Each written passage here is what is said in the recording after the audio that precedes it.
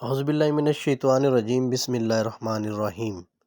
ایک دفعہ کا ذکر ہے، یہودیوں کے کسی گھر شادی تھی۔ وہ لوگ حضرت صلی اللہ علیہ وسلم کی خدمت میں آئے اور عرض کی، اے محمد صلی اللہ علیہ وسلم، ہم آپ کے پڑوسی ہیں، ہمارا بھی کچھ حق ہے، اس لیے ہماری درخواست ہے کہ آپ اپنی دختر فاطمہ رضی اللہ تعالی عنہا کو شادی میں شرکت کے لیے بھیج دیں تاکہ ان کی برکت سے بزم عروسی کی رونق میں اضافہ ہو۔ حضرت صلی اللہ علیہ وسلم نے فرمایا کہ فاطمہ اگرچہ میری بیٹی ہے لیکن علی کی زوجہ ہے، تم لوگ علی سے جا کر درخواست کرو، اگر وہ چاہیں گے تو شادی میں جانے کی اجازت دے دیں گے۔ یہودیوں نے عرض کیا کہ آپ صلی اللہ علیہ وسلم بھی ہماری طرف سے ان سے سفارش فرما دیں۔ پھر وہ یہودی حضرت علی رضی اللہ تعالی عنہ کے خدمت میں حاضر ہوئے اور عرض کیا کہ آپ اجازت دیں۔ حضرت فاطمہ رضی اللہ تعالی عنہ شادی میں تشریف لائیں۔ انہوں نے فرمایا کہ اس امر کی مالک خود جناب فاطمہ ہے۔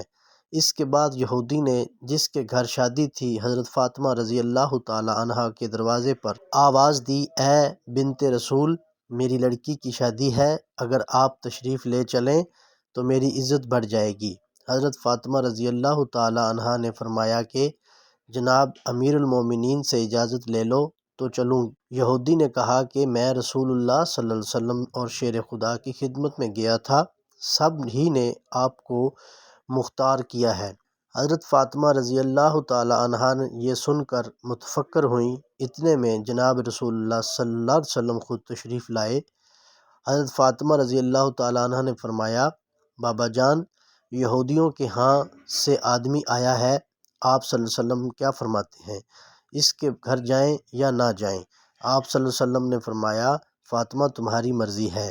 حضرت فاطمہ رضی اللہ تعالی عنہ نے عرض کیا، ابو جان، آپ کی بہت سخت توہین ہوگی، کیونکہ ان کی عورتیں عمدہ اور نفیس لباس و زیورات سے مزین ہوں گی، اور میرے پاس وہی پھٹے پرانے کپڑے ہیں جس میں جا بجا خرمے کے پیوند لگے ہیں۔ رسول اللہ صلی اللہ علیہ وسلم نے فرمایا، اے بیٹی، اسی حالت میں جاؤ، جو مرضی پہنو۔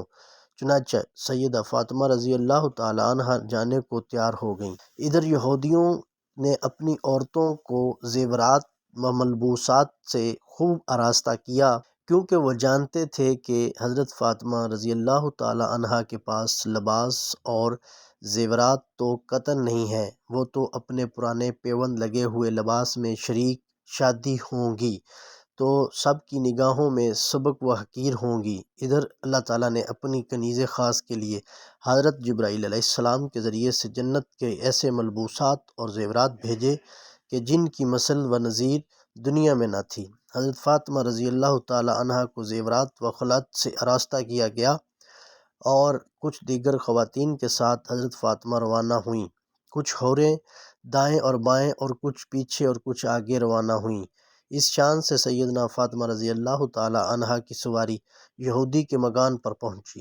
جوں ہی آپ رضی اللہ تعالی عنہ یہودی کے مکان پر پہنچی، تمام مکان آپ رضی اللہ تعالی عنہ کے نور سے روشن ہو گیا اور ایسی خوشبو پھیلی کہ دور دور تک محسوس ہونے لگی۔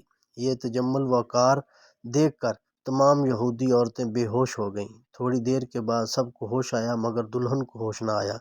لاکھ تدبیریں کی مگر سب بے سود ثابت ہوئیں۔ دیکھا گیا تو معلوم ہوا کہ روح قفس انصری سے پرواز کر چکی ہے۔ آنن فانن شادی کا مقام ماتم کدہ بن گیا۔ حضرت فاطمہ رضی اللہ تعالی عنہ کو یہ دیکھ کر بہت تشویش ہوئی اور فرمایا کہ اطمینان رکھیں، ابھی ہوش آ جائے گا۔ اس کے بعد آپ رضی اللہ تعالی عنہ نے 2 رکعت نماز پڑھ کر دعا کے لیے ہاتھ بلند کیے اور کہا کہ میرے اللہ، میں بنت رسول صلی اللہ علیہ وسلم ہوں، اے میرے اللہ، میری عزت تیرے ہاتھ میں ہے۔ تمام لوگ یہی کہیں گے کہ سیدہ فاطمہ کے آتے ہی دلہن فوت ہو گئی۔ خانہ شادی خانہ غم بن گیا۔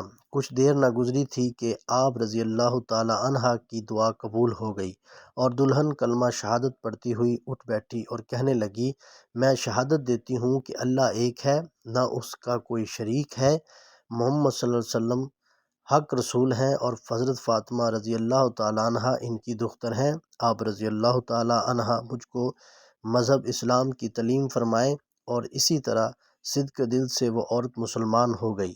حضرت فاطمہ رضی اللہ تعالی عنہا کا یہ اعجاز دیکھ کر تمام یہودی مرد و خواتین مسلمان ہو گئے اور بڑے عزت کے ساتھ آپ کو گھر سے رخصت کیا۔ سارا ماجرا حضور اکرم صلی اللہ علیہ وسلم کو سنایا گیا تو یہ سن کر آپ صلی اللہ علیہ وسلم نے اللہ کا شکر ادا کیا۔